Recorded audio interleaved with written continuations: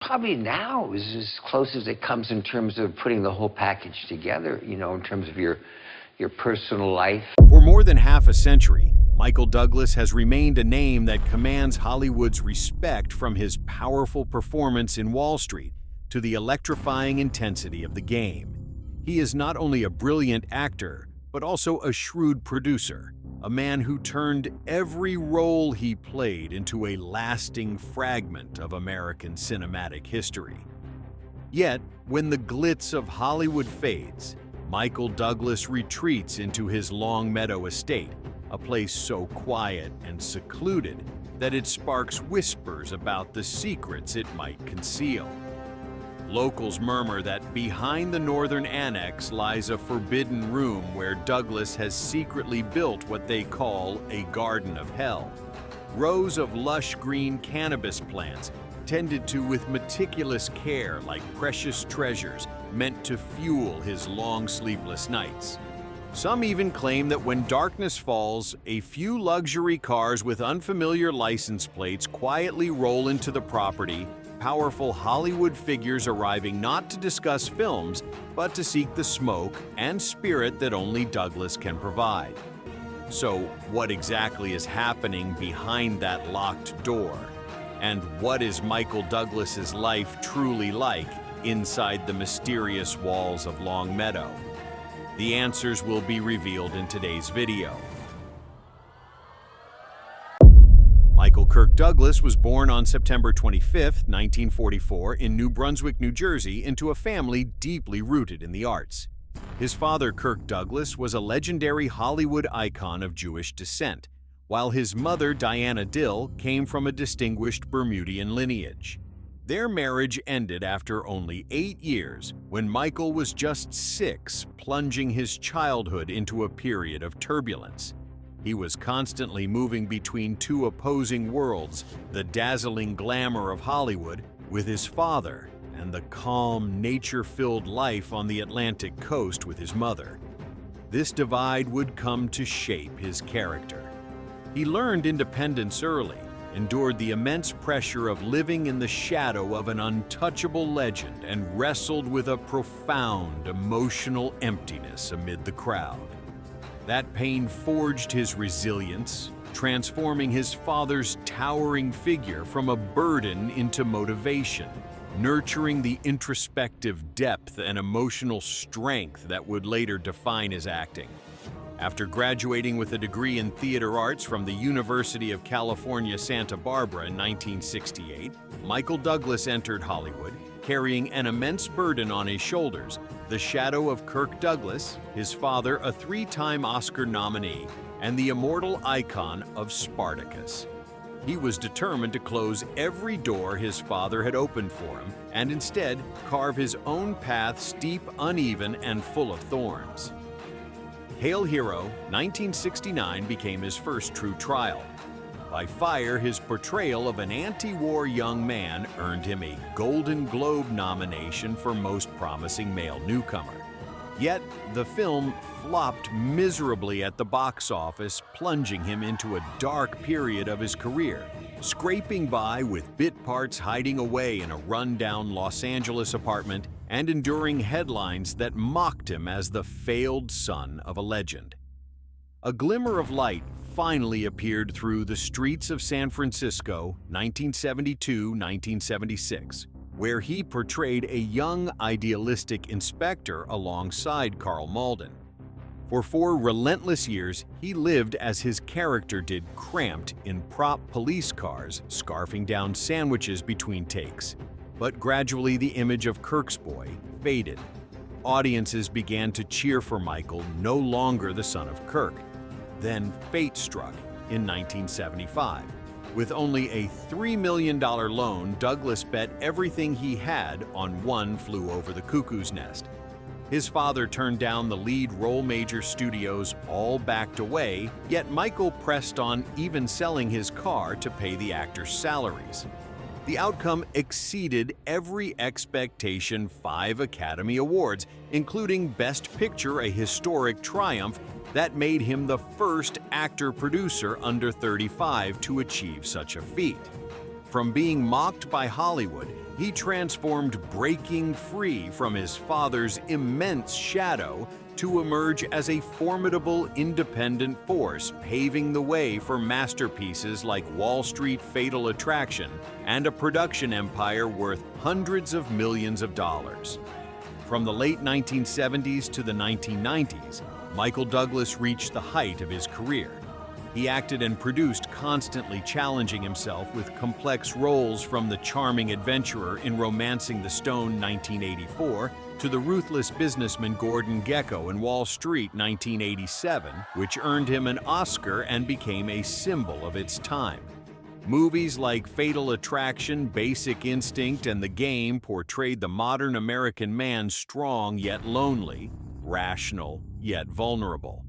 In the 21st century, Douglas kept his momentum with Traffic 2000, Wonder Boys 2000, and his role as Hank Pym in Ant-Man 2015, securing his legacy as a timeless Hollywood icon. Yet behind the dazzling aura of this Hollywood gentleman lie the dark shadows, ones that even Michael Douglas can no longer fully conceal. In 2018, amid the storm of the soccer Me Too movement, his name suddenly resurfaced in an allegation that sent shockwaves through Hollywood. The accuser was Susan Braudy, a former employee who had worked under Douglas at Stonebridge Productions in the late 1980s. She described the company as a place ruled by power and fear, where Douglas, then at the peak of his fame, frequently made demeaning remarks and engaged in behavior she called beyond moral boundaries. During a private meeting at his Manhattan apartment, Braudy said she had fled the room in panic, a memory that continued to haunt her for decades. She provided letters, notes, and even a formal complaint filed with the California Women's Law Center in 1993, evidence showing she had once tried to speak out, only to be met with silence. Douglas, for his part, denied all accusations, insisting that he had never engaged in any inappropriate behavior.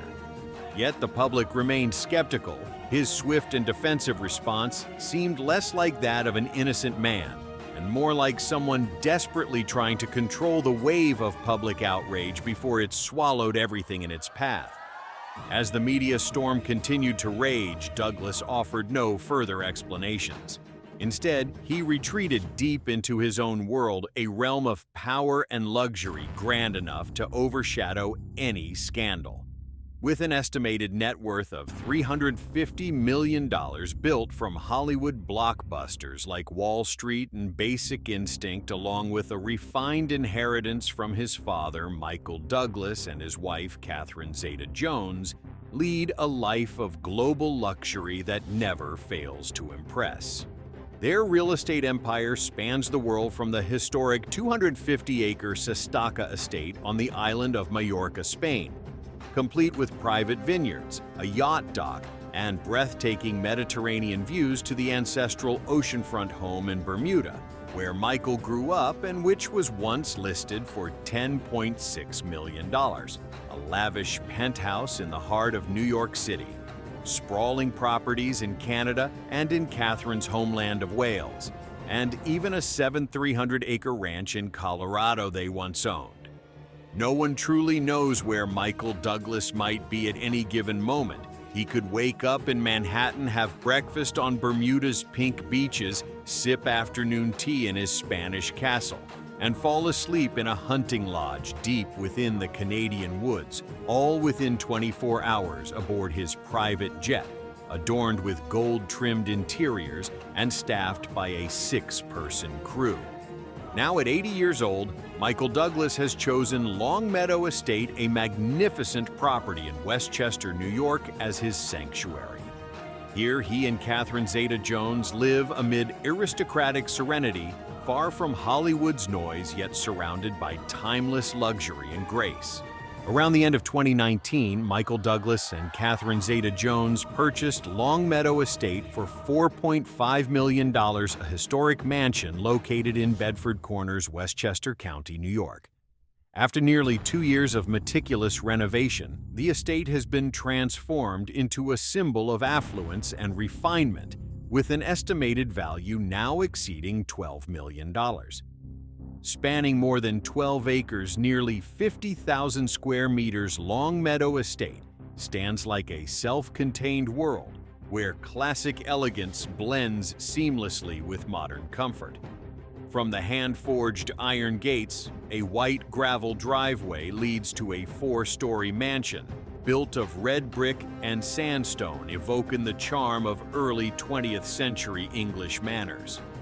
Every detail has been restored with near-obsessive precision aged gray roof tiles, wide verandas, tall arched windows welcoming the morning light, all radiating an air of nobility. Inside, the atmosphere unfolds like a living museum of luxury: 8 grand bedrooms, 12 bathrooms, and a 2-story library lined with walnut wood, crowned with high ceilings and vintage crystal chandeliers. The main living room, once an interior showroom, has been transformed into a 30-foot-long reception hall bathed in natural light pouring through towering glass windows. On the walls hang priceless abstract paintings collected by Catherine Zeta-Jones during her travels through Europe, creating a harmony of classic grace and contemporary refinement. The ground floor of Long Meadow Estate is a sanctuary of leisure, featuring a heated pool gym, private cinema, and spa, where Michael Douglas is said to meditate every morning. Every sensory detail, from the lighting to the subtle scent in the air, is designed to evoke complete serenity. At the heart of the mansion lies a kitchen that merges American farmhouse warmth with European minimalism. White brick walls, marble countertops, and soft brass accents. In the mornings, Catherine cooks while Douglas brews coffee, opening the windows to let the breeze drift through the maple trees in the garden.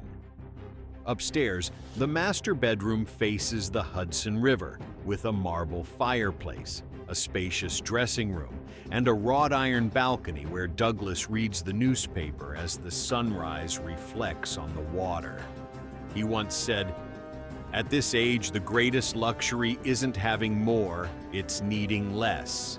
Less noise, less hurry, less to prove." And yet the Westchester mansion hides a secret no one dares to speak of. Some gardeners and maintenance staff whisper about a small room that glows with an eerie green light throughout the night, as if concealing something unspeakable. Tucked behind the northern annex of the Westchester estate, the room remains locked. Only Michael Douglas and his longtime housekeeper possess the mysterious key. No one is ever allowed near it, one former worker revealed, his voice trembling. But I've heard the steady hum of fans and seen that flickering green light through the crack in the door, like something alive moving inside. It doesn't stop there. One neighbor recalled that during a sleepless night, he caught a strange scent drifting from Douglas's property. "It wasn't tobacco, and it wasn't alcohol," he murmured. "I used to live next to a cannabis farm in Venice Beach, and that smell, it was exactly the same." The rumors grew even murkier when the Douglas family's electric bills reportedly spiked for several consecutive months, prompting even utility workers to wonder what exactly was being powered inside. A former maintenance employee who requested anonymity claimed to have seen Douglas himself hauling in unlabeled fertilizer bags, neon lights, and high-capacity fans into the northern annex, the very place where that cold green light burns every night. Those fragments of information only fueled suspicions that Douglas might be hiding a secret garden within the shadows one never meant for outside eyes. Such whispers aren't entirely baseless. Back in the 1970s, while living in his Beverly Hills mansion, Michael Douglas was already known for his indulgent lifestyle. In his youth, he immersed himself in endless parties fueled by alcohol, smoke, and the stimulants that defined the Hollywood rhythm of the era, dazzling on the surface yet terrifyingly hollow underneath. During that time, surrounded by temptation, he found an oddly discreet outlet secretly growing cannabis in his basement to save costs and avoid the paparazzi. Those who worked for him back then recalled the unmistakable scent that always lingered below the dim green light leaking through the cracks, and Douglas sitting for hours under the neon glow writing the screenplay for One Flew Over the Cuckoo's Nest, while tending to young plants caught in that half-lucid, half-dreamlike state of an artist searching for an escape within himself. Now, at 80 years old and living in a lavish estate hundreds of miles away from Beverly Hills, it's said that the old habit has never truly disappeared, only hidden more carefully, more quietly, like a fragment of the past that Michael Douglas has never fully wanted to extinguish. Alongside his grand Westchester mansion, Douglas also cements his status as a true real estate connoisseur, owning properties that stretch from the sunlit shores of Bermuda to the Mediterranean-scented island of Majorca. In the tranquil region of Warwick Parish, Bermuda overlooking the shimmering Hamilton Bay, lies one of the place's dearest to him, an ancestral estate inherited from his mother's side. The main house spans over 7,300 square feet, with 8 bedrooms, a 2-story guest house, a tennis court, a swimming pool, and a lush herb garden that stays green all year round. White lime-washed walls, red-tiled roofs, and teal wooden shutters reflect the island's timeless charm, while the air is always filled with the scent of frangipani and sea salt. This is not just a retreat, but a living memory of his mother actress Diana Dill. Douglas once said, "I keep this house not for its value, but because every stone, every column carries a memory of my mother, the woman who taught me kindness and humility." In 2019, he listed the property for $10.6 million, but later withdrew it as if unable to sever the emotional thread tying him to his roots. Across the Atlantic, Douglas and his wife own the Sestaca estate on the island of Majorca, Spain. Nestled near the village of Valdemosa, the nearly 100-acre property is surrounded by silvery olive groves and overlooks the deep blue waters of the Mediterranean. Built in the 19th century, the villa once belonged to Archduke Ludwig Salvator of Austria before Douglas purchased it in the late 1980s for around $3.5 million. For nearly a decade, he personally oversaw its restoration, reviving every intricate architectural detail. The entire estate includes 7 separate buildings, 10 bedrooms, 11 bathrooms, a private cinema, a wine cellar, and a personal dock opening to the Balearic Sea. Douglas once described it as a paradise in the middle of the sea, a place where he could write scripts, meditate, and rediscover peace amid the waves and the wind. Each summer, the family gathers here for intimate outdoor dinners under golden lights, the aroma of wine drifting softly through the night air. Though he once listed the estate for $32 million in 2014, Douglas later withdrew the sale when his children expressed their wish to preserve the home of their childhood. Back in the United States, in the heart of vibrant Manhattan, Douglas owns a penthouse on Central Park West, a modern sanctuary in the city that never sleeps. He purchased the apartment in the early 2000s, and it's now valued at around $9 million. The family stays there whenever they need to be close to the city center, where Douglas can enjoy moments of rare tranquility. From the main balcony, the sweeping view of Central Park unfolds like a painting that changes with the seasons, especially in autumn when the maple leaves turn gold beneath the setting sun. Douglas once said he likes to stand by the window each morning watching the people walking below. I look at them and remind myself that no matter who I am, I'm still just a small part of this city. For him, the penthouse is a place of balance, where the rush of city life meets the quiet rhythm of a soul that has seen and endured it all. Though known as Hollywood's real estate king, Michael Douglas nurtures another enduring passion: classic cars. Inside his private garage, each automobile is more than just a machine. It is a fragment of memory, a chapter in the life of a man who once stood at the very summit of fame. Among the gleaming collection, the 1932 Ford Roadster remains the crown jewel. Painstakingly restored, it gleams in deep crimson paint with a polished chrome grille and a removable soft top, a perfect emblem of early 20th century American freedom. Douglas cherishes it not for its market value, but for what it represents. As a boy, his father, the legendary Kirk Douglas, used to drive an old Ford up and down the East Coast every summer with the family.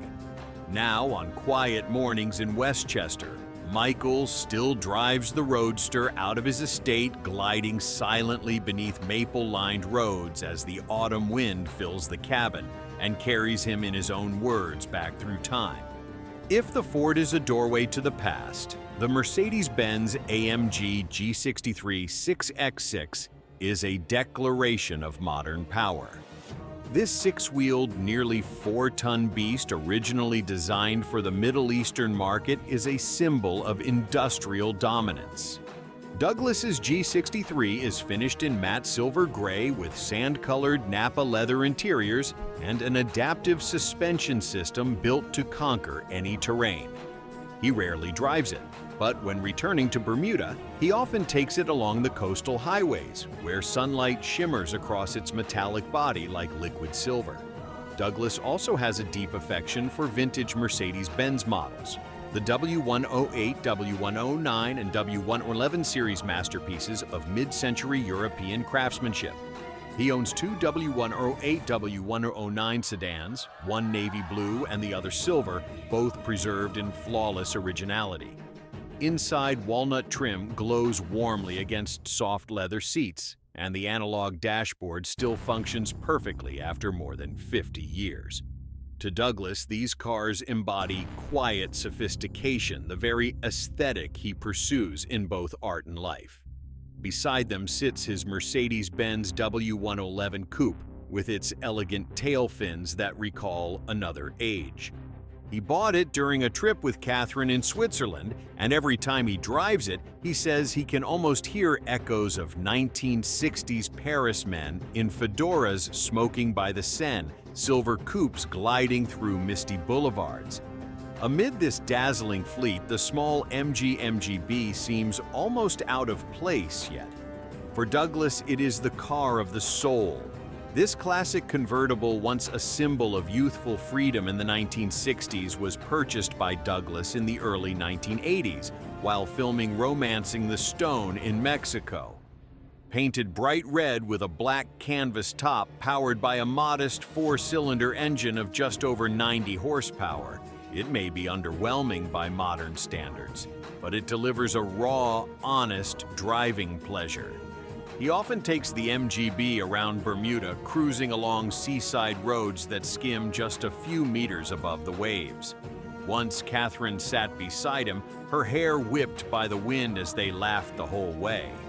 It was one of the most beautiful moments of my life, Douglas recalled, because it had nothing to do with fame, only pure joy. And finally, standing apart from the gleaming metal around it, the Buick Estate art piano is a true anomaly, a one-of-a-kind art piece, hand-painted by an American artist in enamel. Its body is covered with piano keys and flowing sound waves that ripple from front to back.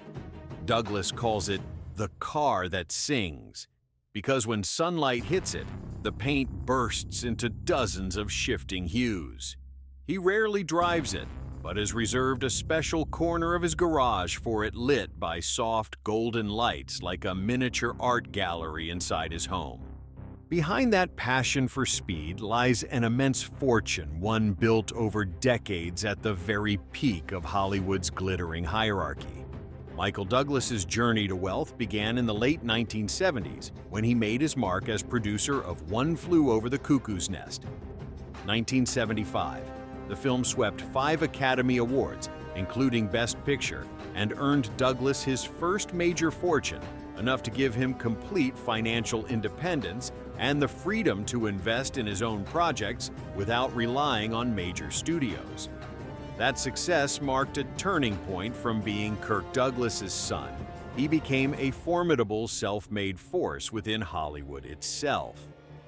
Beyond his early triumph, Douglas also owns the production and distribution rights to several cinematic classics, including One Flew Over the Cuckoo's Nest, The China Syndrome, Romancing the Stone, and the Jewel of the Nile films that continue to generate income through re-releases, digital distribution, and international television licensing. These residual revenues have ensured a steady growth of his fortune over decades, even during periods when he stepped away from acting. By the 1980s, Douglas had entered the most brilliant phase of his career.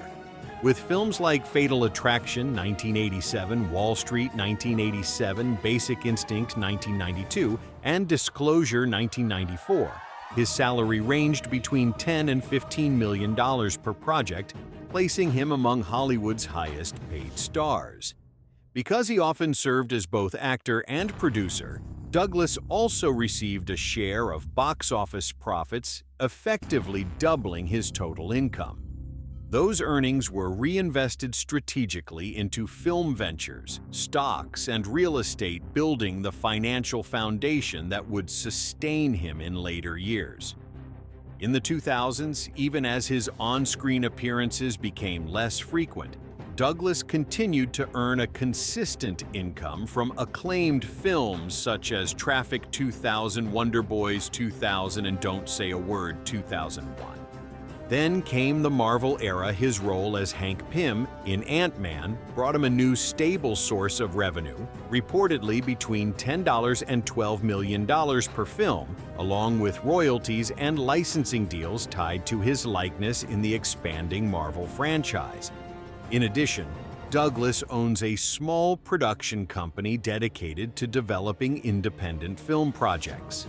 A portion of the company's profits goes to the Douglas Foundation, a family charity founded by Michael and his father, which has contributed more than $118 million to education, the arts, and healthcare initiatives.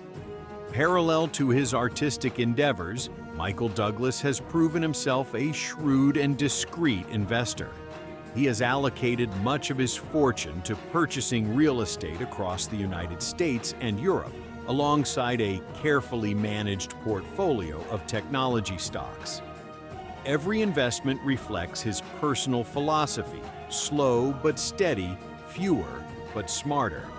Beyond finance, Douglas is also celebrated as a refined art collector. Throughout the 1980s and 1990s, while frequently working in Europe, he began acquiring pieces by Joan Miro, Henry Moore, and Alexander Calder, luminaries of modern art.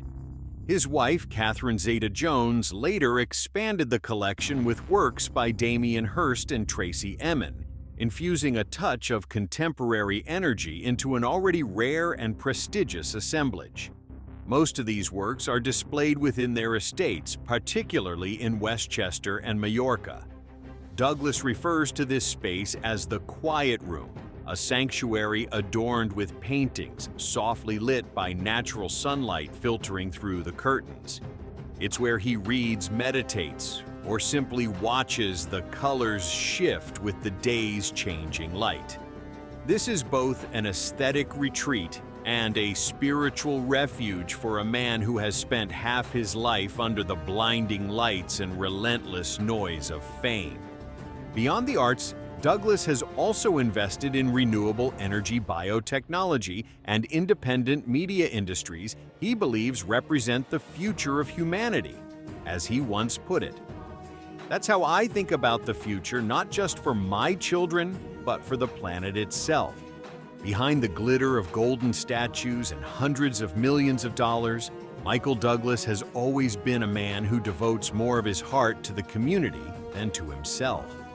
For more than 3 decades, he has been not just a movie star, but a tireless humanitarian, a quiet force spreading the values of compassion, peace, and global citizenship. Since the late 1990s, Michael Douglas has been among the very few Hollywood actors to hold an official role within international organizations. In 1998, he was appointed by UN Secretary-General Kofi Annan as a United Nations Messenger of Peace focusing on nuclear disarmament and the prevention of weapons of mass destruction. For more than 2 decades in this position, Douglas didn't merely attend symbolic events, he actively engaged in diplomacy. He joined dozens of advocacy campaigns, delivered speeches at the UN General Assembly, visited weapons research centers, met with scientists, and produced short documentary films for UNESCO to raise awareness about nuclear safety. When I was a child, my father told me about the fear of the atomic bomb, he once said. I don't want my children to grow up with that same fear. His dedication and sincerity have earned him rare respect in international diplomatic circles, not for his fame, but for his quiet determination to act. After surviving throat cancer in 2010, Douglas entered a new phase of life, one centered on gratitude and giving back. Together with his family, he established the Michael Douglas Pediatric Brain Tumor Research Center at the University of California, San Francisco, one of America's leading institutions combining research, treatment, and medical training in pediatric neurology. Each year, hundreds of children receive free treatment there, and dozens of young researchers are granted fellowships. In Montreal, where he once received care, Douglas continues to support the Jewish General Hospital and McGill University Health Center, funding medical equipment and recovery programs for cancer patients. In New York, he remains a longtime benefactor of the Memorial Sloan Kettering Cancer Center, which treats thousands of patients annually. For Douglas, helping others is also a way to repay life itself after having once stood at the fragile line between life and death. His philanthropy extends beyond medicine. Douglas places deep faith in the power of art and education, the twin forces that shaped his soul in youth. He serves on the board of the Perlman Performing Arts Center in New York, a cultural landmark that opened in 2023 and is regarded as the new beating heart of Lower Manhattan. At its inauguration, Douglas said, "Art is where we confront ourselves, and sometimes it's the only way to heal the world." He also maintains a close connection with the University of California, Santa Barbara, the place where his artistic journey began. There, he founded the Michael Douglas Visiting Artist Fund, inviting renowned directors, actors, and screenwriters to share their experience and inspire film students. In 2015, Michael Douglas received the Genesis Prize, often referred to as the Jewish Nobel, recognizing individuals who advance global humanistic values. The award came with a $1 million prize, which he immediately donated in full to educational organizations and programs promoting inclusion for Jewish youth around the world. Upon accepting it, he said, "I was born between two worlds, my father's Jewish roots and my mother's Bermudian heritage. That mix taught me that humanity only truly progresses when we learn to respect our differences." His gesture reflected not only compassion, but also a lifelong philosophy to use fame as a means to spread goodness. No account of Douglas's generosity would be complete without mentioning the Douglas Foundation, the charitable organization founded in 1964 by his father, the legendary Kirk Douglas, and stepmother Ann Bidens. After Kirk's passing in 2020, Michael took over as co-chair alongside Catherine Zeta-Jones, continuing the legacy his parents began. To date, the Douglas Foundation has donated over $118 million to hundreds of programs in education, the arts, healthcare, and social welfare across the United States. It supports major institutions such as Children's Hospital, Los Angeles, St. Lawrence University, Sinai Temple, the Los Angeles Mission, and UCLA's School of Theater, Film, and Television. Among its most cherished initiatives is the Kirk Douglas Award for Excellence in Film, an annual honor recognizing outstanding contributions to cinema. For Michael, it is a way to continue my father's legacy, not just on screen, but in spirit. When asked about his philanthropic philosophy, Douglas often refers to what he calls the sprinkle approach, scattering small but meaningful drops of kindness everywhere. Rather than concentrating all his resources on one grand project, he prefers to spread them across many research centers, schools, theaters, conservation funds, and homeless shelters. I believe in the power of small, repeated acts, he once said. $1 million can change a project, but 10,000 given to the right place can change a life. Thanks to this philosophy, the more than 70 organizations he has supported include not only major institutions, but also lesser-known causes like the Elizabeth Glaser Pediatric AIDS Foundation PEN America, defending freedom of expression, and the Mind Up Foundation founded by his close friend Goldie Hawn to support emotional education for children. Beneath the spotlight of fame and the weight of millions lies a very different Michael Douglas, a man of wounds love and the quiet yearning for redemption that shapes the rare portrait of his truest self. In 1977, at the height of his career, Michael Douglas married Diandra Luker, the daughter of an Austrian diplomat. At the time, Diandra was only 19, while Douglas was already a rising star, poised, handsome, and ambitious. Their wedding was described as a fairy tale where art met politics and passion intertwined with intellect. A year later, they welcomed their first child, Cameron Douglas. Life seemed perfect, travels between Los Angeles and New York family portraits gracing magazines the image of discreet sophistication. Yet behind the glamour were long, lonely nights. The pressures of fame and emotional distance slowly pulled them apart, and by the late 1980s, whispers of cracks in their marriage had spread throughout Hollywood. In 1995, after nearly 20 years together, they officially divorced. The separation sent shockwaves through Hollywood, not only because of the record-breaking $45 million settlement, but also for the complete silence of both parties. No arguments, no public accusations, just one statement from Michael in a brief interview with People. Sometimes you have to trade freedom to keep respect. The divorce forced him to look inward. He later admitted to struggling with alcohol and substance abuse, losing his balance between fame and family life. Yet from that darkness, Douglas began a journey of healing through therapy, reflection, and spending more time with his son. Cameron Douglas, his only son with Diandra, grew up under Hollywood's bright lights, but his path was far from smooth.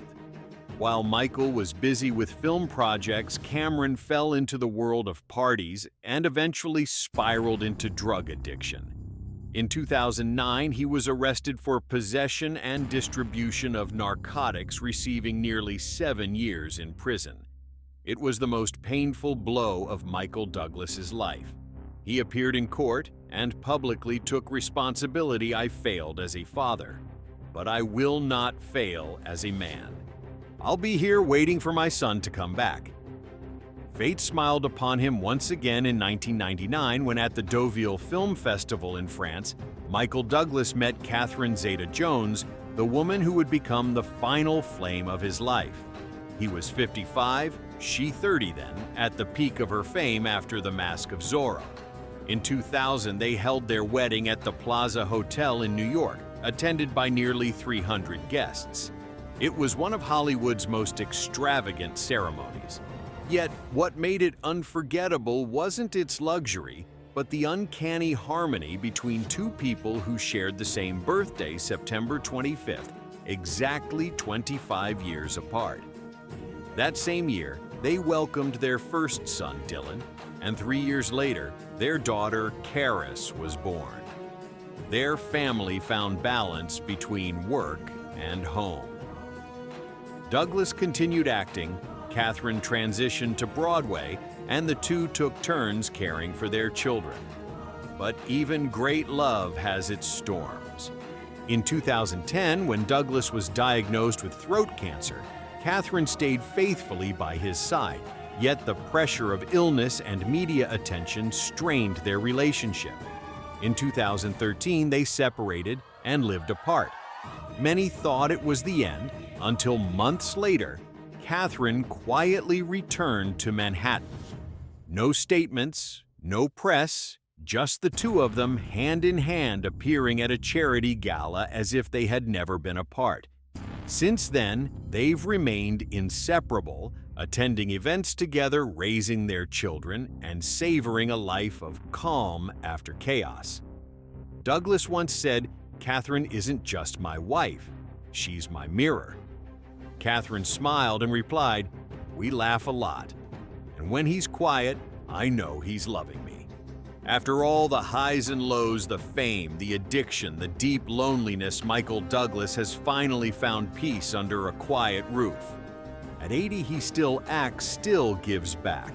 But what makes him proudest now isn't the golden statues or the titles.